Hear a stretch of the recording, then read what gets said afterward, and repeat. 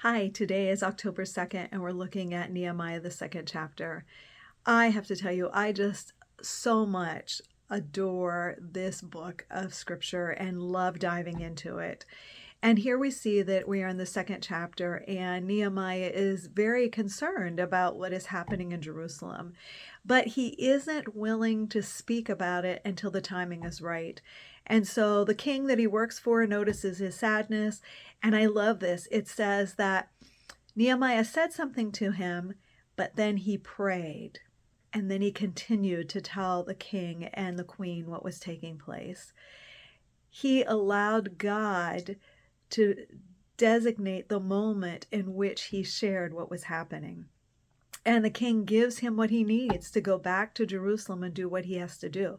Now, I find it fascinating. He gets back there and he assesses the situation, but he tells no one what he's going to do. He assesses what's going on, and then when the timing is right, he shares what he's about to do.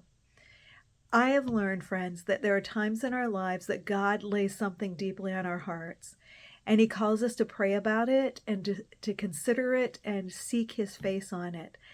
And then when the time is right, he may call us to share what he has given us to do or what he has given us to say. Too often in our world, we want answers quickly, we want to know right now, and too often we speak without taking the time to pause and speak to God about what's on our heart.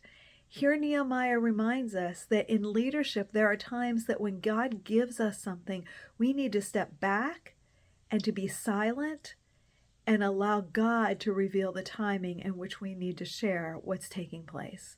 That's what Nehemiah did. So maybe God's telling you right now, you just need to be quiet. Maybe God has shared something with you or shown you something, and right now you just need to sit with it. You need to talk to God about it and sit with it. And wait for the timing in which God tells you to move or to speak. I hope that's a word of encouragement to you today. Sit with the things that God places on your heart, and in the timing that he shares, you can move forward, just like Nehemiah.